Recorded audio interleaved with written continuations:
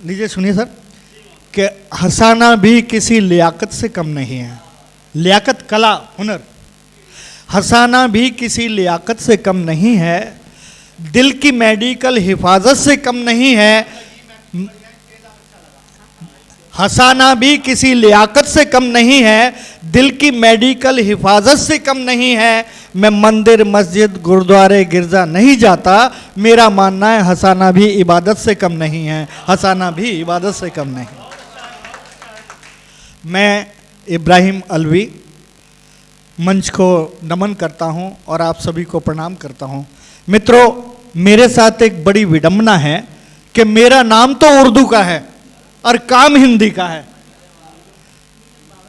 साहब जी, अर्ज कर रहा हूं सर कि मेरा नाम तो उर्दू का है और काम हिंदी का है। ये बड़ी विडंबना रहती है मेरे साथ। एक बार सरफराज साहब जो दिल्ली वाले हैं वो निजामत कर रहे थे, मेरा नाम आने वाला था, तो उन्होंने कहा कि मैं अब इब्राहिम अलवी जी को बाइज्जत बुलाना चाह रहा हूँ, वो आएँ और अपना कलाम पढ़ें।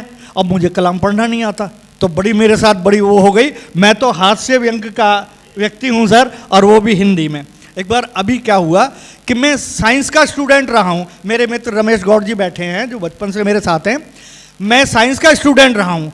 मैं सुनता आया था कि किसी कामयाब आदमी के पीछे स्त्री का हाथ है, लेकिन मैं मानता नहीं था क्योंकि साइंस के आदमी बड़े प्रैक्टिकल होते हैं। लेकिन आज देखा, जब मैं इस स्टूडियो में आया तो नईम साहब ने मेरे लिए एक शब्द कहा और मेरी बेगम के लिए 10 शब्द कह दिए। आइए आइए, भाभी जी को लेके आए, आप भाभी जी को लेके आए, आइए आइए, आपका इस्तकबाल है। तो अब मुझे समझ में आया कि किसी कामयाब लेडी का आदमी के पीछे स्त्री का हाथ होता है। दूसरा एक ये कि सर मैं हंसी मजाक का मजाहिया वो है, तो मैंने सोचा कि यार मुझे बहुत कम बुलाते हैं, यार कम वो रहता है, तो चलो गज़ल लिखते हैं। हमने एक गज़ल लिखी, बहुत बढ़िया, अपना दिल से लिखी, और किसी उस्ताद शायर के पास पहुँचे कि साहब इसलाह कर दीजिए, ये हमने लिखी है। उन्होंने इधर से देखा, उधर से देखा, अलट के देखा, पलट के देखा, बोले यार ये तो उससे खारिज है, काफिये से खारिज है, रदीफ से खारिज है, ये कोई गज़ल नहीं है। चलो भाई, दिल टूट गया, अब भाई गज़ल नहीं लिखेंगे।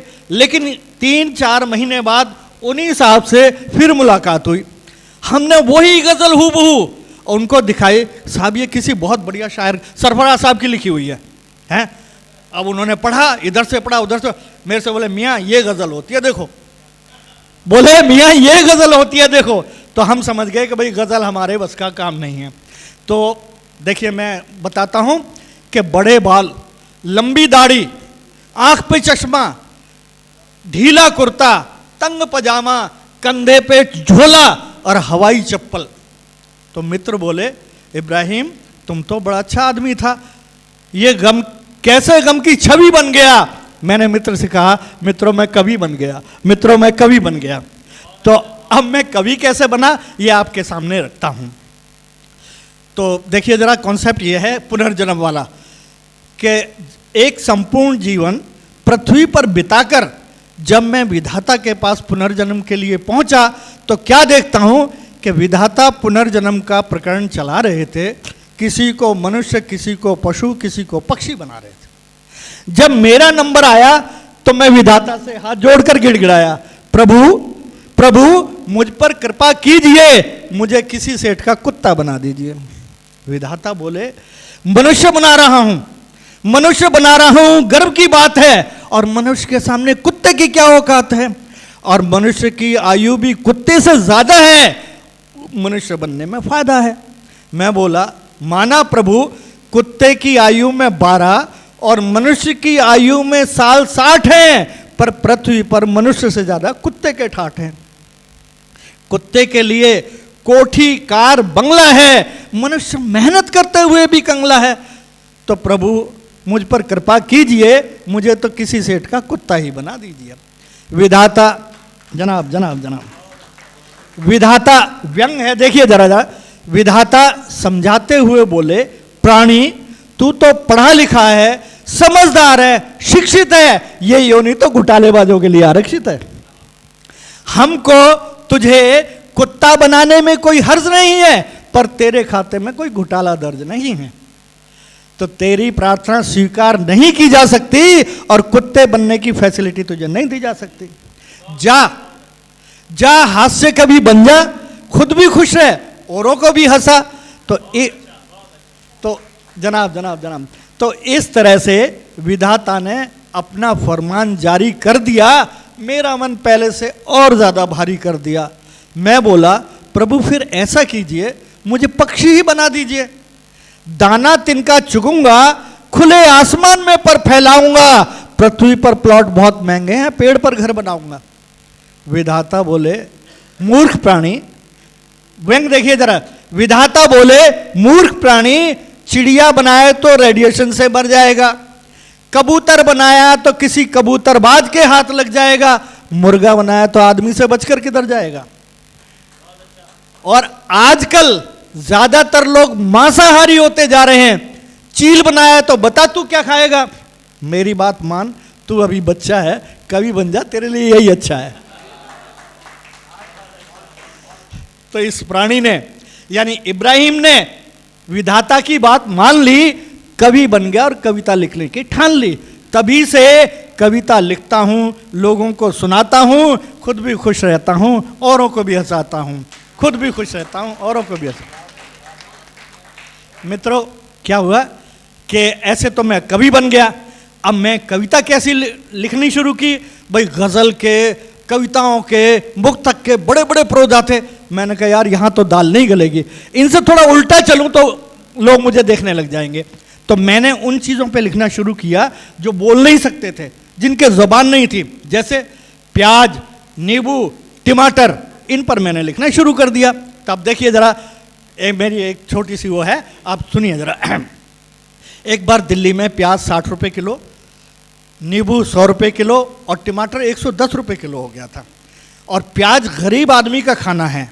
तो देखिए अब प्याज आदमी से क्या कहती है कि एक रात प्याज आई आदमी के सपने में, बोली तू बड़ा फन्ने का बनता था अपने में, हर दम मेरी गर्दन पर हाथ रखता था और सब सब्जियां छोड़कर मुझ पर दांत रखता था। साग में, सब्जी में, दाल में तूने मुझे ही काटा हर हाल में, और हमेशा मेरे कटे जख्मों पे नमक छिड़का, कभी तो उड़ेल दिया पूरे का पूरा सिरका। मुझे सताने का न गंवाया कोई मौका तूने, और मेरे अंग छोटे छोटे काट के लगाया छौंका तूने। और कई अत्याचार किए अपने क्रूर हाथों से, कभी जोर से मुक्का मारा, कभी काट लिया दांतों से। और मुझे क्या बताऊं तेरी करतूतें, गड़ जाती हूं शर्म के मारे, लोगों के बीच तूने मेरे एक एक करके कपड़े उतारे। काम न किया तूने कोई मेरे साथ अच्छा, ऐसा दबाया पेट दूर जा पड़ा मेरा बच्चा। प्याज को ऐसे दबाएंगे तो कोई चीज निकल के जाती है कि काम न किया तूने मेरे साथ कोई अच्छा, ऐसा दबाया पेट दूर जा पड़ा मेरा बच्चा।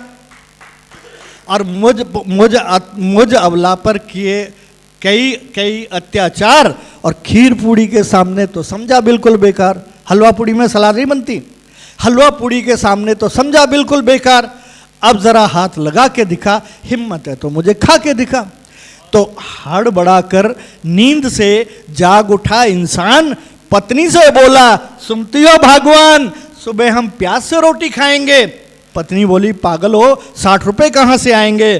तो इब्राहिम अजीब मजाक गरीब के साथ हो गई, उसके लिए तो प्याज भी सपनों की बात हो गई, उसके लिए तो प्याज भी सपनों की बात।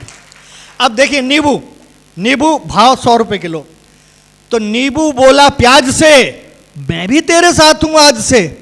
नींबू बोला प्याज से, मैं भी तेरे साथ हूं आज से। इस आदमी ने हमें कहीं का नहीं छोड़ा, जब जब तुझे काटा तब तब मुझे निचोड़ा। और क्या बताऊं बहन प्याज, है ये हर शनिवार की बात, सुबह घुपो के मुझ में दरवाजे पे टांगे हरी मिर्चों के साथ।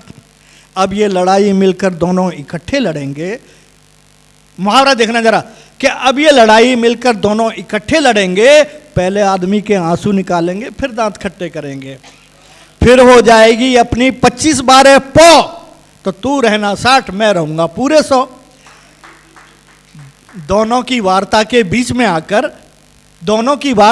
बीच में आकर यूं बोला टमाटर कि प्याज 60 नींबू 100 बस।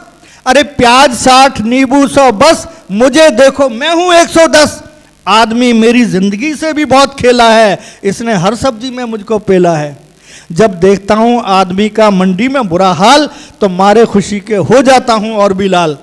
तो इन सब की बातें नमक सुन रहा था, और नमक के साथ नमक हलाल जुड़ा हुआ है। तो देखिए जरा कि देखकर तीनों के चेहरे की चमक, प्याज नींबू टमाटर, देखकर तीनों के चेहरे की चमक, तिल मिलाकर गुस्से से यूं बोल उठा नमक कि क्यों घमंड में इतने फूल गए हो, मेरा नाम नमक है मुझे भूल गए हो। जब तुमको काट के निचोड़ के सलाद बनाया है, तब आदमी ने मुझे मंगाया है, और मैंने खुद को तुम पर छिड़क कर तुम्हारा स्वाद बढ़ाया है, और तुमने ही आज मुझे बुलाया है। इसका बदला लिया जाएगा, मेरे बिना तुम्हें ठुकरा दिया जाएगा। तो ये सुनकर तीनों के होश उड़ गए, नमक के सामने उनके हाथ जुड़ गए और बोले, माफ करो हमें नमक भैया, तुम्हारे बिना फीकी है हमारी चमक भैया। नमक बोला जाओ माफ किया, नमक बोला जाओ माफ किया। इब्राहिम को याद करो जिसने हमें शब्द दिए, उसका धन्यवाद करो जिसने हमें शब्द दिए उसका धन्यवाद। बहुत बहुत शुक्रिया सर।